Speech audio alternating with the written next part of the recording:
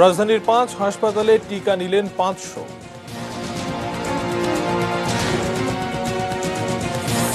Rohingya issue নিয়ে অন্যায় করছে মিয়ানমার, মন্তব্য প্রধানমন্ত্রী। দুর্নীতির ধারণা সূচকে বাংলাদেশের অবস্থান হতাশাজনক, বলছে টিআইবি। তিস্তা বাদে অন্য 6 নদী নিয়ে চুক্তির সম্ভাবনা। এবং চট্টগ্রামকে পরিকল্পিতভাবে সাজাতে চান সিটির নতুন মেয়র।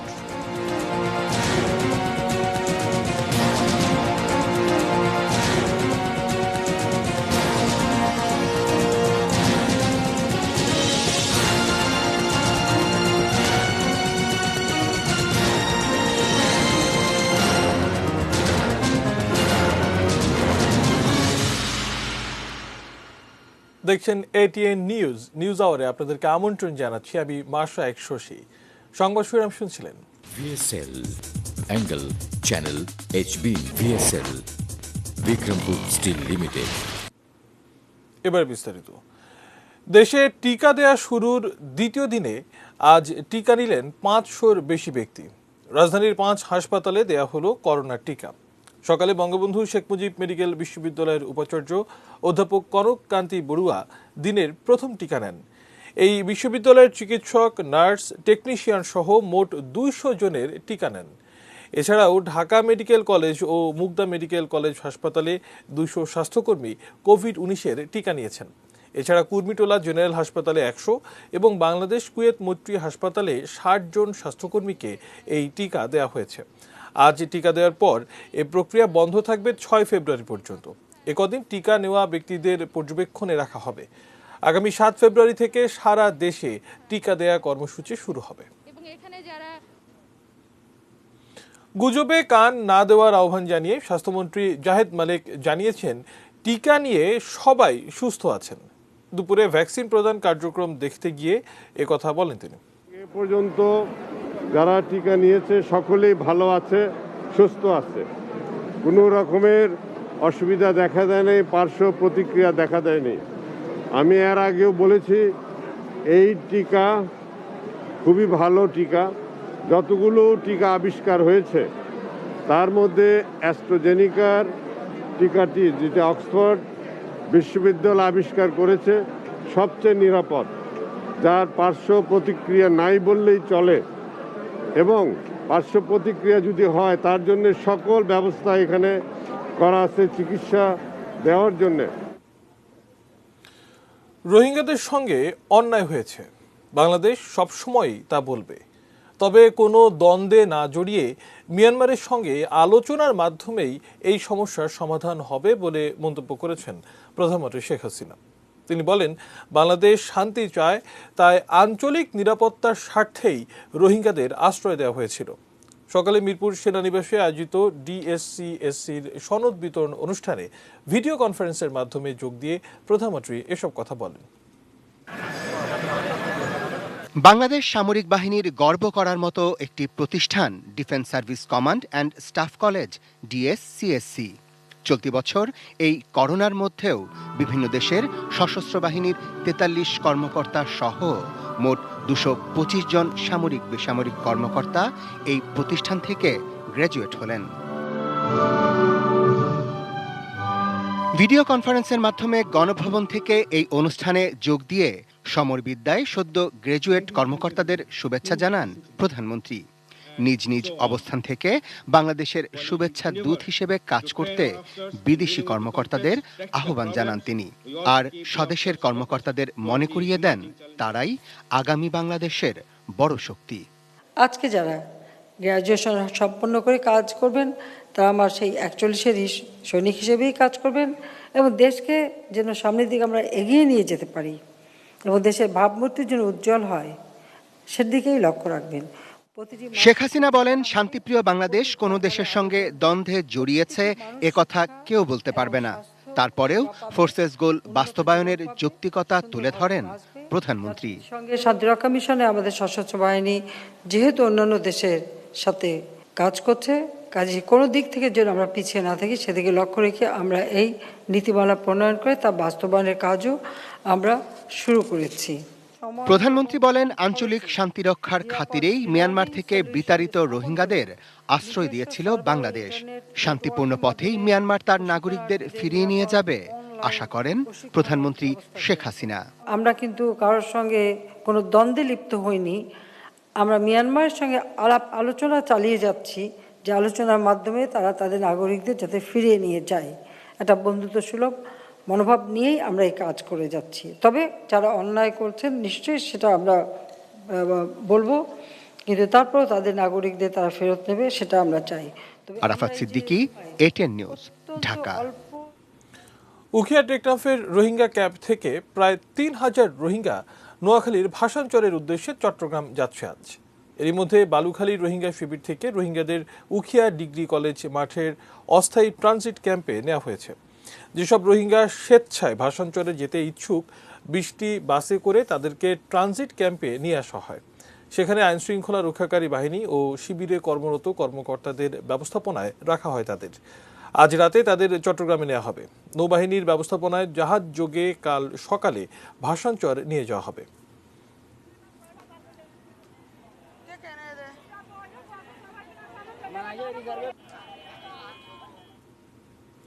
দুর্নীতির ধারণা সূচকে বাংলাদেশের অবস্থান সার্বিকভাবে হতাশাজনক।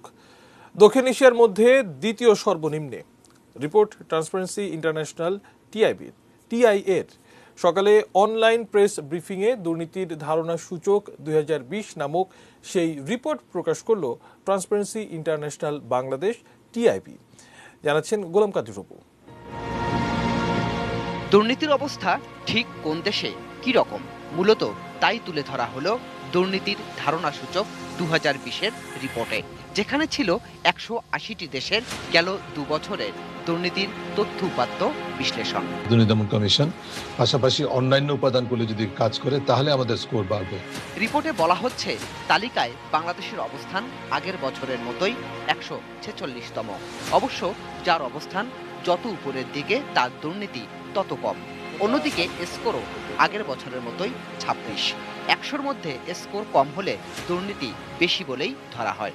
টিআইবি বলছে সব মিলে বাংলাদেশের অবস্থানটি বিব্রতকর। অবস্থানের বিবেচনায় উপরের দিক থেকে হিসাব করলে 146তম এবার, যেটি 2019-এ 146তম ছিল, কিন্তু অন্য দিক থেকে নিচের দিক থেকে হিসাব করলে আমাদের অবস্থান 2 ধাপ নেমেছে। অর্থাৎ আমরা 14 থেকে 2019-এ যে 14তম অবস্থানে ছিলাম সেখান থেকে আমরা নেমে 12 অবস্থানে এসেছি। অর্থাৎ সার্বিকভাবে আমরা মনে করি যে আমাদের এই ফলাফল অত্যন্ত হতাশাব্যঞ্জক। দুর্নীতি দমনে কাজ করছে দুদক, আছে সরকারের জিরো টলারেন্স ঘোষণাও। তারপরেও কেন অবস্থার পরিবর্তন হচ্ছে না? সাংবাদিকদের এমন প্রশ্নেও টিআইবি তাদের পর্যবেক্ষণ তুলে ধরেছে। দুর্নীতি দমন কমিশন অবশ্যই সক্রিয়ভাবে চেষ্টা করছে যারা দুর্নীতি করে তাদেরকে জবাবদিহিতে আনার জন্য, কিন্তু সেটা একটা সীমারেখার মধ্যে, যে সীমারেখার বাইরে তারা নিজেদেরকে খুব একটা নিতে চান না বা নেয়ার মতো সৎসাহস দৃঢ়তা তাদের নেই। সত্যিকার অর্থে জবাবদিহিতার ক্ষেত্রে রাঘব বোয়াল যাদেরকে বলা হয়, জবাবদিহিতা নিশ্চিত করার ক্ষেত্রে দুদকের সক্রিয় ভূমিকার কিন্তু যে ঘাটতি রয়েছে সেটা আমরা সকলেই জানি। টিআইবি বলছে আর্থিক দুর্নীতিতে নাজুক দেশের ব্যাংকিং খাত, কিন্তু সেখানেও ব্যর্থ বাংলাদেশ ব্যাংক। নিয়ন্ত্রক সংস্থা হিসেবে যে ভূমিকা, সেই ভূমিকা পালনে তারা সঠিক অবস্থান দেখাতে পারেনি। রিপোর্টে সবচেয়ে কম দুর্নীতি নিয়ে শীর্ষে আছে ডেনমার্ক, আর সবচেয়ে বেশি দুর্নীতি নিয়ে সবার নিচে অবস্থান সুদানের। গোলাম কাদের প্রভু, এটিএন নিউজ, ঢাকা। তিস্তা বাদে অন্য 6 অভিন্ন নদীর পানি বন্টন চুক্তির পথে এগিয়ে যাচ্ছে বাংলাদেশ ও ভারত। শুক্রবার দিল্লিতে 2 পররাষ্ট্র সচিবের বৈঠকে এ বিষয়ে একটি নীতিগত সিদ্ধান্ত হতে পারে। নরেন্দ্র মোদীর ঢাকা সফরের প্রস্তুতিও এগিয়ে যাবে এই বৈঠকে। 3 দিনের সফরে আজ দিল্লি পৌঁছেছেন পররাষ্ট্র সচিব মাসুদ বিন মোমেন। দ্বিপাক্ষিক যে বিষয়গুলো আছে আমাদের টেবিলে বা আমাদের প্লেটে, সবগুলোই আমরা আলোচনা করব। পররাষ্ট্র সচিব মাসুদ বিন মোমেনের দিল্লি সফরের এজেন্ডায় বাংলাদেশ ভারত সম্পর্কের একডালা বিষয়। যদিও মূল লক্ষ্য মার্চ মাসে ভারতীয় প্রধানমন্ত্রী নরেন্দ্র মোদীর বাংলাদেশ সফরের প্রস্তুতি। ওনার কোন কোন প্রোগ্রাম আমরা ডেভেলপ করতে পারি এবং সেখানে অন্যান্য কি ডেলিভারেবলস হতে পারে। বাংলাদেশের স্বাধীনতার 50 বছর পূর্তির আয়োজনে নরেন্দ্র মোদীর ঢাকা সফরে থাকছে দুই দেশের প্রধানমন্ত্রীর একান্ত বৈঠক, যেখানে বেশ কিছু চুক্তি ও সমঝোতা সই হোক, এটাই এখন চেষ্টা ঢাকা ও দিল্লির। কানেক্টিভিটির ব্যাপারে বিভিন্ন রকমের প্রপোজাল আছে, কিছু আছে ওদের সাইড থেকে, আমরা এবার কিছু প্রপোজাল দিব, যেমন নেপাল এবং ভুটান তারাও দীর্ঘদিন ধরে আমাদের এখান থেকে তাদের করছে, কিন্তু সেখানে আরো সহজ কিভাবে করা যায়, স্বাধীনতা সড়কের বিষয়টা আছে, তো এইগুলো বেশ উদ্বোধন করা বা চালু করার এই বিষয়গুলো রয়েছে। মাসুদ বিন মোমেনের সফরের দ্বিতীয় দিন শুক্রবারে অনুষ্ঠিত হবে দুই দেশের পররাষ্ট্র সচিব পর্যায়ে বৈঠক, যেখানে ঋণ সহায়তা, বিদ্যুৎ উৎপাদনে সহযোগিতা এবং তিস্তা ছাড়া বাকি 6 অভিন্ন নদীর পানি বন্টন বিষয়ে নীতিগত সিদ্ধান্ত হতে পারে। পানির যে বিষয়টা আছে সেটা তো আলোচনায় থাকবেই। তিস্তার ব্যাপারে আমরা অবশ্যই শুনতে চাই একটা সুখবর, কিন্তু সেটার জন্য অন্যান্য যেই আমাদের অভিন্ন নদীগুলোর যে সমস্যাগুলো বা যে ইস্যুগুলো এতদিন ধরে রয়ে গেছে, সেগুলো যদি আমরা সাইমালটেনিয়াসলি সলভ করতে থাকি বা এগোতে থাকি, সেটাই আমাদের স্ট্র্যাটেজি হওয়া উচিত এবং সেটাই আমরা করছি। তিস্তার বিষয়ে এখনো আশা জাগার মতো কোনো অগ্রগতি নেই, তাই এ বিষয়ে আপাতত সুখবর হচ্ছে না বলেই মনে করছেন পররাষ্ট্র সচিব। তিস্তার বিষয়টা তো এখন বল ওদের কোর্টে আছে, তাই না? আমরা জানি তাদের পজিশন, যে এখানে তাদের সেন্ট্রাল গভর্নমেন্ট এবং স্টেট গভর্নমেন্টের এখনো পুরোপুরি তারা একমত হতে পারেনি। আশিকুর রহমান অপু, এটি নিউজ, ঢাকা। এবারে কর্ণফুলী শিপ বিল্ডার্স লিমিটেডের সৌজন্যে চট্টগ্রাম সিটি কর্পোরেশনের নির্বাচনের খবর।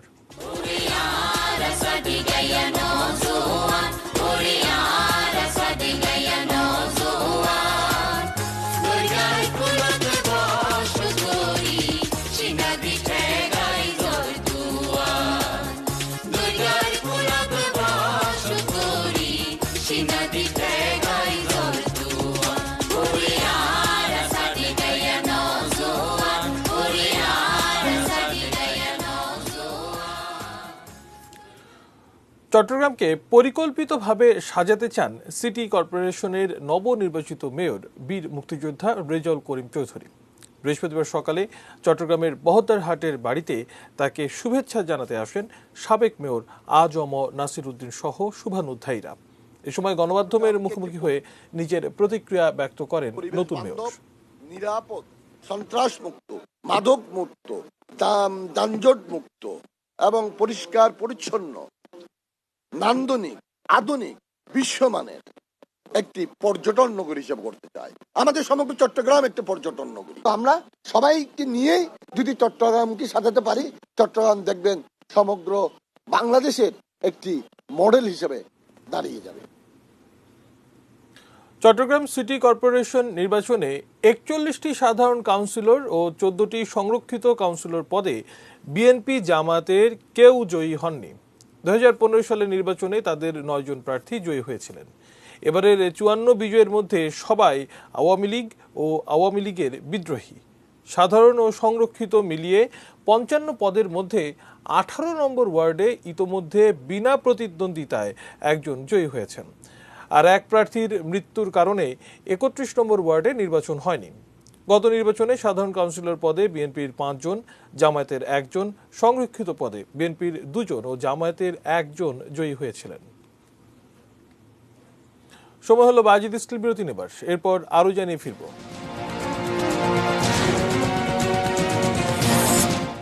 নাসার নাম ভাঙিয়ে অভিনব প্রতারণা, পিবিআই এর জালে চক্রের 5 সদস্য।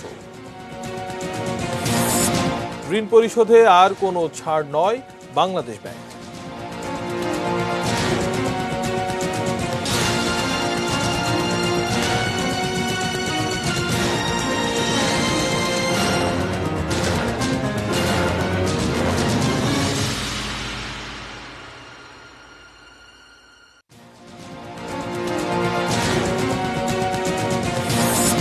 রাজধানীর 5 হাসপাতালে টিকা নিলেন 500 জন।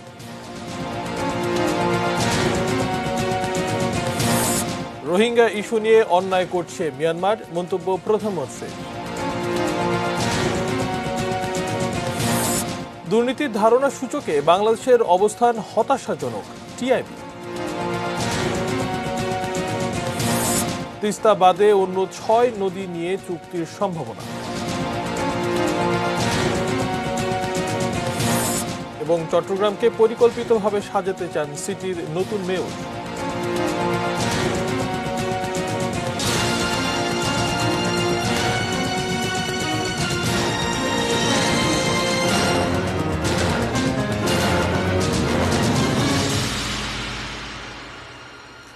বিরতির পর আবারও আমন্ত্রণ জানাচ্ছি নিউজ আওয়ারে। ধন্যবাদ আমাদের সঙ্গে থাকার জন্য। সংবাদ শিরোনাম দেখে নিচ্ছিলাম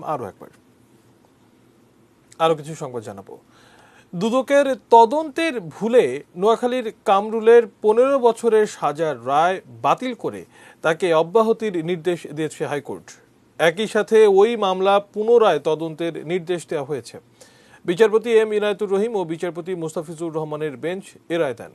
এছাড়াও ঘটনার দায়ী ব্যক্তিদের বিরুদ্ধে বিভাগীয় ব্যবস্থা নেওয়ার নির্দেশ দিয়েছেন হাইকোর্ট। সাজা বাতিলের বিষয়ে দেয়া রুল যথাযথ ঘোষণা করে এ রায় দেন হাইকোর্ট। ভুল আসামি হিসেবে নোয়াখালীর কামরুল ইসলামকে সাজা দেওয়ার ঘটনায় দুদক লজ্জিত, দুঃখ প্রকাশ করেছে শুনানিতে। এছাড়া ভুক্তভোগী কামরুল লিখিতভাবে ক্ষতিপূরণ চেয়ে আবেদন করলে তা বিবেচনায় নেওয়ার আদেশ দিয়েছেন হাইকোর্ট। এসএসসির সনদ জালিয়াতির মামলায় নোয়াখালীর পশ্চিম রাজারামপুরের কামরুল ইসলামের বিরুদ্ধে মামলা করে দুর্নীতি দমন ব্যুরো। পরে পূর্ব রাজারামপুরের একই নামের কামরুলের বিরুদ্ধে 10 বছর তদন্ত করে প্রতিবেদন দেয় কমিশন। এরপর 2014 সালে 15 বছরের সাজার রায় দেয় বিচারিক আদালত। ওই রায়ের বিরুদ্ধে রিট করেন ভুক্তভোগী কামরুল। পুরাতন কয়েন ও সীমান্ত পিলার মার্কিন মহাকাশ গবেষণা সংস্থা নাসায় বিক্রির নামে কোটি কোটি টাকা হাতিয়ে নেওয়া একটি প্রতারক চক্রের 5 সদস্যকে গ্রেপ্তার করেছে পিবিআই। দুপুরে রাজধানীর ধানমন্ডিতে পিবিআইয়ের সদর দপ্তরে এক সংবাদ সম্মেলনে সংস্থাটির প্রধান বনোজ কুমার মজুমদার জানান, ধনাঢ্য ব্যক্তিদের টার্গেট করে কোটি কোটি টাকা হাতিয়ে নিত চক্রটি। বনোজ কুমার এই প্রতারক চক্রের সদস্যরা বাস্তবে শাড়ির ব্যবসা, পেয়ারা চাষি ও বাড়ির কেয়ারটেকার হিসেবে কাজ করলেও তারাই হয়ে যেতেন নাসার কর্মকর্তা কিংবা কয়েনের ক্রেতা ও বিক্রেতা বলে জানান। এদিকে ভুয়া ওয়েবসাইট তৈরি করে বিদেশে পাঠানোর নামে কোটি কোটি টাকা হাতিয়ে নেওয়ার মানব পাচারকারী চক্রের 3 প্রতারককে গ্রেপ্তার করার কথাও জানায় পিবিআই প্রধান। আপকা খাতরা হায়, আপনার জীবনের হুমকি আছে। মুঠোফোনে ফোন করে ব্যবসায়ীকে এভাবে হুমকি দেওয়া হয়। দাবি করা হয় 20 লাখ টাকা। গাড়িতে লাগানো হয় বোমা। তারপর জানাচ্ছেন সাবির আহমেদ।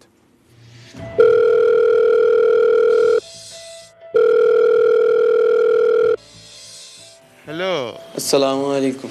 आप डाली साहब हो? जी। आपका परिवार का खाता है, मेरा कोई एड्रेस नहीं है। मैं सिर्फ इतना बोलना चाहता हूँ कि आपका परिवार का खाता है जी, और इस खाते के लिए आपको 20 लाख देने पड़ेगी, नहीं तो आपका परिवार का खाता है। 11 জানুয়ারি গভীর রাতে ব্যবসায়ী গিয়াসউদ্দিন খালির মোবাইলে ফোন দিয়ে এভাবেই হুমকি দেওয়া হয়। পরদিনই আবারও ফোন আসে, চাওয়া হয় 20 লাখ টাকা। এরপর ব্যবসায়ীর গাড়িতে দেখা যায় বোমা সদৃশ্য বস্তু। আসে পুলিশের বোমা নিষ্ক্রিয়কারী দল। কয়েক ঘন্টা যাচাই বাছাই শেষে দেখা যায় বোমাটি ভুয়া। তারপর থেকে নিজেদের অনেকটাই অবরুদ্ধ করে ফেলে পরিবারটি। যে তোমারকে আমরা ওয়াশ করতেছি আমাকে 20 লক্ষ টাকা দিতে হবে, আর পুরো ফ্যামিলির উপরে আমি আক্রমণ করব। যদি আমার জন্য একার জন্য বলতো আমি ড্যাম্পিয়ার, এখন আমার ফ্যামিলি পিকচার দিচ্ছে, পিকচার দিকে আমার মাথা ঘুরে গেছে। এই কয়েকটা দিন আমার অনেক কষ্টে গেছে, চুল ঠিকমতো কাটতে পারিনি। বিষয়টি নিয়ে ৮-৮ বেঁধে মাঠে নামে গোয়েন্দারা। এ যেন সিনেমার গল্পের মতো। ব্যবসায়ী গিয়াসউদ্দিন খালির বাসার কেয়ারটেকারের 10ম শ্রেণী পড়ুয়া এই ছেলেই শিক্ষা দেওয়ার জন্য হুমকি দিয়েছে তাকে। আমি এমনি মুভি টিভিতে তামিল ছবি, হিন্দি ছবি দেখতে দেখতে মানে আর কি শিখছি স্যার। দেখছি ছবিতে ওই যে দেখেই আমি প্লাস্টিক কেটে তার ভিতরে বালু ভরে তারপরে তাদের কস্টিপ লাগাইয়া তারপরে আঠা দিয়া করে ভালো করে লাগাইয়া তারপরে বমের মতো করে তার গাড়ির নিচে লাগাইছি। গোয়েন্দারা বলছেন বয়স কম হলেও সে অনেকটা পেশাদার অপরাধীদের মতোই কাজ করেছে। সে ডালি সাহেবের ইমু হ্যাক করে এবং তার পরিবারের প্রোফাইলটি সেখান থেকে নেই এবং অন্যান্যভাবে সেই হিন্দিতে উর্দুতে অনর্গলভাবে কথা বলে ভারতীয় শীর্ষ সন্ত্রাসী পরিচয় দিয়ে টাকা দাবি করে আমরা তাদেরকে গ্রেপ্তার করি। এই কাজটা করার জন্য অন্য আরেকজনের সিম চুরি করেছে, আরেকজনের মোবাইল নাম্বার ব্যবহার করেছে। তার কণ্ঠস্বর যেন না বোঝা যায় সেই কারণে সে হিন্দিতে কথা বলেছে এবং কণ্ঠস্বর স্বাভাবিকভাবে যেভাবে থাকে সেটা হচ্ছে মোটা করে কথা বলতে গেছে। এগুলি বেশ কতগুলো ডাইভার্সারি মেথড সে ব্যবহার করেছে। ছেলের এমন কুকর্মের জন্য ১৩ বছর ধরে ব্যবসায়ীর বাসার কেয়ারটেকারের দায়িত্বে থাকা শহীদ বিশ্বাসও লজ্জিত। ইমানের এই কাজের সঙ্গে আর কেউ জড়িত কিনা এ ব্যাপারে জিজ্ঞাসাবাদ প্রয়োজন বলে মনে করেন গোয়েন্দারা। তাকে রিমান্ড আবেদন করে আদালতে পাঠানো হয়েছে। Sabbir Ahmed, ATN news, Dhaka. 100 দিনের জন্য ভোট চাইছেন 300 দিন। ব্যতিক্রমী এমন ঘটনার দেখা মিলছে বগুড়ার শিবগঞ্জের পৌর নির্বাচনে। ভোটাররা একে বলছেন একটি ভালো দৃষ্টান্ত। আরও জানাচ্ছেন আমাদের উত্তরাঞ্চলীয় ব্যুরো প্রধান চপল সাহা। শিবগঞ্জ পৌর এলাকার আব্দুস সামাদ মাস্টারের 4 স্ত্রী। মেজর স্ত্রী মাজেদা বেগম শিবগঞ্জের 4, 5 ও 6 নম্বর ওয়ার্ডের সংরক্ষিত নারী কাউন্সিলর পদে প্রার্থী। সাধারণত সতীনদের মুখ দেখা থেকে পর্যন্ত হয় না, তার বিপরীত চিত্র এখানে। 3 সতীনী মাজেদার সমর্থনে নেমেছেন মাঠে। সবাইকে অবাক করে বাড়ি বাড়ি গিয়ে সতীনের জন্য ভোট চাইছেন তারা। আমাদের বড় আপা সে ছেলে মেয়ে ভালোবাসে, ওই বলে আমরা তাকে সম্মান করি। শুধু এই ভোটেই না, আমরা 4 সতীনে মিলে সবাই মিলে আমরা খুব ভালো থাকি। পৌরসভা নির্বাচনের তফসিল ঘোষণার আগেই বন্দেঘড়ি মহল্লার অবসরপ্রাপ্ত শিক্ষক আব্দুস সামাদ তার স্ত্রীদের নিয়ে আলোচনায় বসেন। যে কোনো এক স্ত্রীকে সংরক্ষিত নারী আসনে কাউন্সিলর প্রার্থী করার প্রস্তাব তোলেন তিনি। সবাই মিলে সিদ্ধান্ত হয় 3য় স্ত্রী মাজেদা বেগমই হবেন প্রার্থী। তিনি আনারস প্রতীকে প্রতিদ্বন্দ্বিতা করছেন। আমাদের ফিল্ড অত্যন্ত ভালো, কারণ আমাদের মানুষ অত্যন্ত ভালোবাসে এলাকার লোক। গতবারে আমরা বিপুল পরিমাণ ভোটে জয়লাভ করেছি, এবারও ইনশাল্লাহ বিপুল পরিমাণ ভোটে আমরা জয়লাভ করব। জনগণ আমার কাজ বুঝে নিছে এবং কাজের দিকে ভালো দেখছে এবং আমি গরিব দুঃখীর পাশে থাকি, জনগণ আমাকে ভালোবাসে, ওই জন্য আমি জনগণের পাশে থাকতে চাই। শিবগঞ্জ ছাড়াও বগুড়ায় 3য় দফায় পৌরসভা নির্বাচন গাবতলী, নন্দীগ্রাম, কাহালু এবং ধুনটে মেয়র প্রার্থী 4 জন। বিএনপি, আওয়ামী লীগ এবং স্বতন্ত্র হিসেবে আওয়ামী লীগের বিদ্রোহী প্রার্থী। বর্তমান মেয়রের মধ্যে ত্রিমুখী লড়াই হবে বলে ধারণা করছেন ভোটাররা। এটা পরিবর্তন চাই, সে কারণে ভোটারদের মধ্যে মানে উৎসাহ উদ্দীপনার কোনো অভাব নাই। এলাকার মানুষ আশঙ্কা করছে নির্বাচন সুষ্ঠু হবে কিনা। জনগণের আকাঙ্ক্ষিত নির্বাচন এখানে অনুষ্ঠিত হয়, এটা আমি প্রত্যাশা করি। শেষ মুহূর্তের প্রচারণায় জমজমাট সব নির্বাচনী এলাকায়। তবে আলোচনায় 103-এর পাশে 303-এর অবস্থান। Chapal Saha, ATN news, Bogura bureau. এবার সোশ্যাল ইসলামী ব্যাংক লিমিটেড বাণিজ্য সংবাদ জানাবো।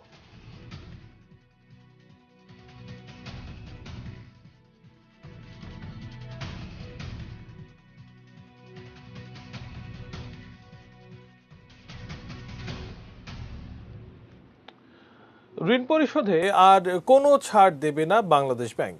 চলতি মাস থেকে কেউ ঋণের কিস্তি না দিলে নিয়ম অনুযায়ী শ্রেণীকৃত হয়ে পড়বেন। বাংলাদেশ ব্যাংক বুধবার অনলাইন প্ল্যাটফর্মে অনুষ্ঠিত ব্যাংকার্স সভায় এই সিদ্ধান্ত জানায়। করোনার কারণে 2020 সাল জুড়ে কিস্তি না দিয়েও বেশিরভাগ ব্যবসায়ী খেলাপি হওয়া থেকে মুক্ত থেকেছেন। এতে ব্যাংকগুলোতে অনাদায়ী টাকার অঙ্ক বেড়েই চলেছে। এ কারণে ঋণ পরিশোধ না করার সময় নতুন করে আর বাড়ানো হয়নি। বাংলাদেশ ব্যাংক আয়োজিত এই সভায় কেন্দ্রীয় ব্যাংকের গভর্নর ফজলে কবির, ডেপুটি গভর্নর, ব্যাংকগুলোর প্রধান নির্বাহীদের সংগঠন অ্যাসোসিয়েশন অব ব্যাংকার্স বাংলাদেশের চেয়ারম্যান সহ অন্য সদস্যরা উপস্থিত ছিলেন। ঋণ পরিশোধের সময় বাড়ানো বা না বাড়ানোর বিষয়টি ব্যাংকার্স সভার আলোচ্য সূচিতে ছিল না। তবে নতুন করে সময় না বাড়ানোয় বাংলাদেশ ব্যাংককে ধন্যবাদ জানায় ব্যাংকগুলো। করোনা মহামারীর কারণে সময়মতো ঋণ পরিশোধ না করলেও কোনো গ্রাহক খেলাপি হবেন না। গত বছর এই সুযোগ দেয় বাংলাদেশ ব্যাংক।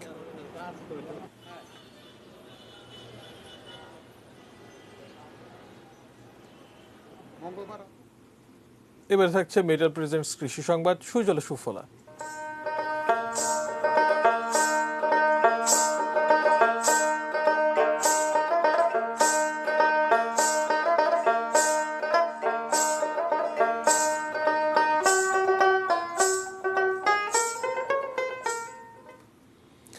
বিদেশি সবজি স্কোয়াশ চাষ করে সফলতা পেয়েছেন হবিগঞ্জের বাহুবল উপজেলার কৃষক সানু মিয়া।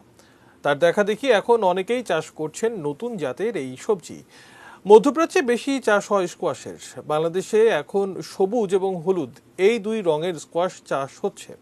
বাজারে নতুন এই সবজির চাহিদা বাড়তে থাকায় বাহুবলে স্কোয়াশ চাষ করেন সানু মিয়া। 20 শতক জমিতে মাত্র 8,000 টাকা ব্যয় করে এই সবজি চাষ করেছেন তিনি। প্রতিটি স্কোয়াশ 1 থেকে 3 কেজি ওজনের হয়ে থাকে, যার খুচরা বাজার মূল্য কেজি প্রতি 40 থেকে 50 টাকা ও পাইকারি মূল্য কেজিতে 30 থেকে 35 টাকা। সুস্বাদু ও উচ্চ ফলনশীল হওয়ায় কৃষকদের কাছে ধীরে ধীরে কুমড়া গোত্রের এই সবজি জনপ্রিয় হয়ে উঠছে বলে জানিয়েছেন কৃষি কর্মকর্তারা। সময় হলো আরো একবার বাজিদ স্কিল বিরতি নেবার। অন্যান্য খবরের সাথে আরো জানিয়ে ফেলব। সৌদি আরব ও আমিরাতের কাছে মার্কিন অস্ত্র বিক্রি স্থগিত এবং ওয়েস্ট ইন্ডিজের সাথে কাল 3 দিনের প্রস্তুতি ম্যাচ শুরু।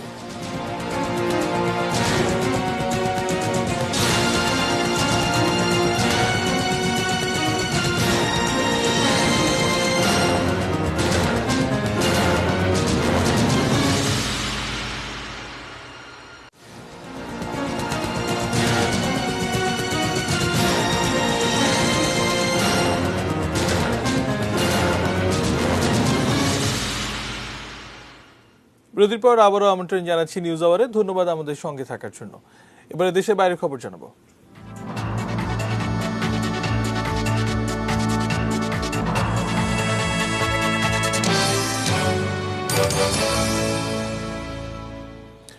সৌদি আরব ও আমিরাতের কাছে অস্ত্র বিক্রি আপাতত স্থগিত করেছে বাইডেন প্রশাসন।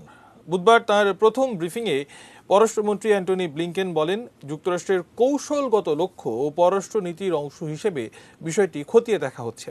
সৌদি আরব ও আমিরাতের কাছে অস্ত্র বিক্রি স্থগিত করা মার্কিন পররাষ্ট্র নীতিতে পরিবর্তনের ইঙ্গিত বলে মনে করছেন রাজনৈতিক বিশ্লেষকরা। দায়িত্ব নেবার পর সৌদি আরবের সঙ্গে সম্পর্ক পুনঃমূল্যায়নের ঘোষণা দিয়েছিলেন বাইডেন। এর 1 সপ্তাহ পর এলো সৌদি আরবের কাছে অস্ত্র বিক্রি স্থগিতের ঘোষণা। 2019 সালে কংগ্রেসের আপত্তিকে পাশ কাটিয়ে সৌদি আরব, আমিরাত ও জর্ডানের কাছে $8 বিলিয়ন অস্ত্র বিক্রির সিদ্ধান্ত নেন সাবেক মার্কিন president Trump. Deal late last year that would provide the Middle Eastern nation with 50 F-35 jets and 18 armed drones, along with other security equipment. Generally speaking, when it comes to arms sales, it is typical at the start of an administration to review any pending sales to make sure that what is being considered as something that advances. নভেম্বরে যুক্তরাজ্যে অনুষ্ঠেয় জলবায়ু সম্মেলন বিশ্বকে ভয়াবহ পরিবেশ বিপর্যয় থেকে রক্ষার শেষ সুযোগ বলে মন্তব্য করেছেন যুক্তরাষ্ট্রের জলবায়ু বিষয়ক দূত জন কেরি। তিনি বলেন, ট্রাম্প প্রশাসনের সময়ে জলবায়ু ইস্যুতে অনেকগুলো বছর নষ্ট হয়েছে, কারণ তিনি এই বিষয়ে কোনো সমস্যা আছে বলে বিশ্বাস করতেন না। এমন এক সময় একথা বললেন কেরি যখন জলবায়ু ইস্যুতে অনেকগুলো নির্বাহী আদেশে স্বাক্ষর করেছেন বাইডেন, যার মধ্যে রয়েছে তেল গ্যাস অনুসন্ধানে সরকারি জমির লিজ বন্ধ করা এবং 2030 সালের মধ্যে বায়ুশক্তি ব্যবহার দ্বিগুণ করা। প্রেসিডেন্ট হিসেবে দায়িত্ব নেবার পরপরই 2016 সালের প্যারিস চুক্তিতে যুক্তরাষ্ট্রের ফিরে যাওয়ার ঘোষণা দেন বাইডেন। নভেম্বর স্কটল্যান্ডের গ্লাসগোতে অনুষ্ঠেয় COP26 সম্মেলনে যোগ দেবেন বেশ কয়েকজন বিশ্বনেতা। এবারে খেলার খবর জানাবো।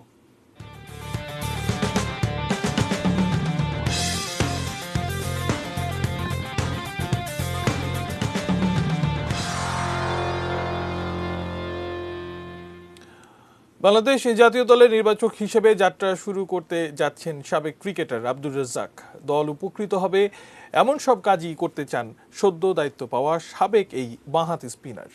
বাংলাদেশ ক্রিকেট বোর্ডকে অসংখ্য ধন্যবাদ জানাই আমাকে সিলেক্টর হিসেবে সিলেক্ট করার জন্য। আর সিলেক্টর হিসেবে কাজ যদি বলা হয় তাহলে আসলে আমি এখানে একদমই নতুন, তো আমার চেষ্টা থাকবে যে টিম যে কাজ করলে উপকৃত হবে আমি সেইগুলো প্রপারভাবে করার চেষ্টা করবো আর কি।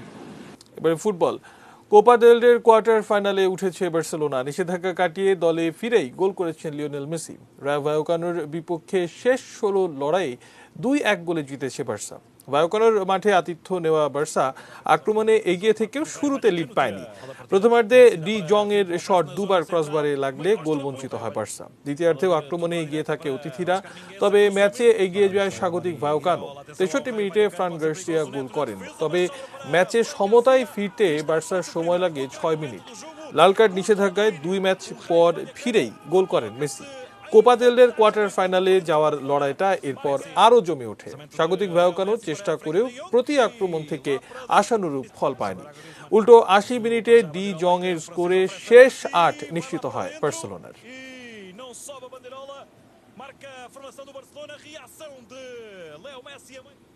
এবারে গালফ অয়েলের সৌজন্যে বাংলাদেশ ওয়েস্ট ইন্ডিজ ক্রিকেট সিরিজের খবর।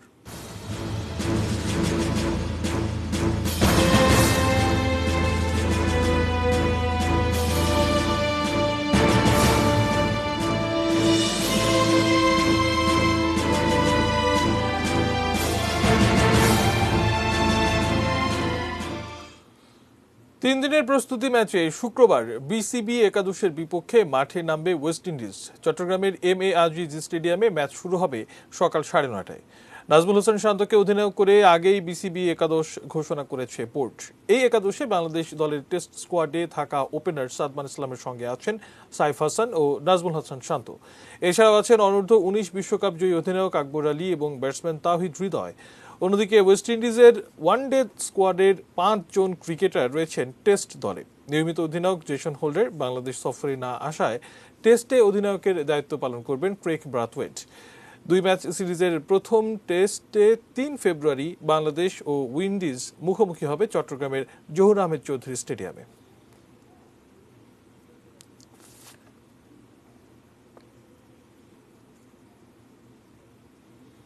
এবার এক নজরে শিরোনামগুলো জানিয়ে দিচ্ছি আরো একবার।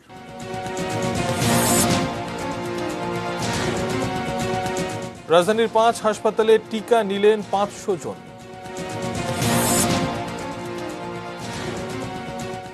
রোহিঙ্গা ইস্যু নিয়ে অন্যায় করছে মিয়ানমার, মন্তব্য প্রধানমন্ত্রী। দুর্নীতির ধারণা সূচকে বাংলাদেশের অবস্থান হতাশাজনক, বলছে টিআইবি। তিস্তা বাদে অন্য 6 নদী নিয়ে চুক্তির সম্ভাবনা। চট্টগ্রামকে পরিকল্পিতভাবে সাজাতে চান সিটির নতুন মেয়র। নাসার নাম ভাঙিয়ে অভিনব প্রতারণা, পিবিআই এর জালে চক্রের 5 সদস্য। ঋণ পরিশোধে আর কোনো ছাড় নয়, বাংলাদেশ ব্যাংক।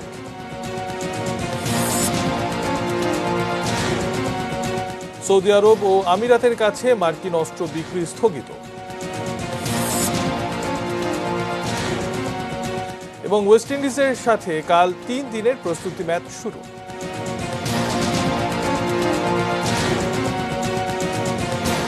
এই ছিল নিউজ আওয়ার। সঙ্গে থাকুন, দেখতে থাকুন ATN নিউজ। ATN নিউজের ব্রেকিং নিউজ আপনার মোবাইলে পেতে টাইপ করুন START+AA এবং পাঠিয়ে দিন 5959 নম্বরে।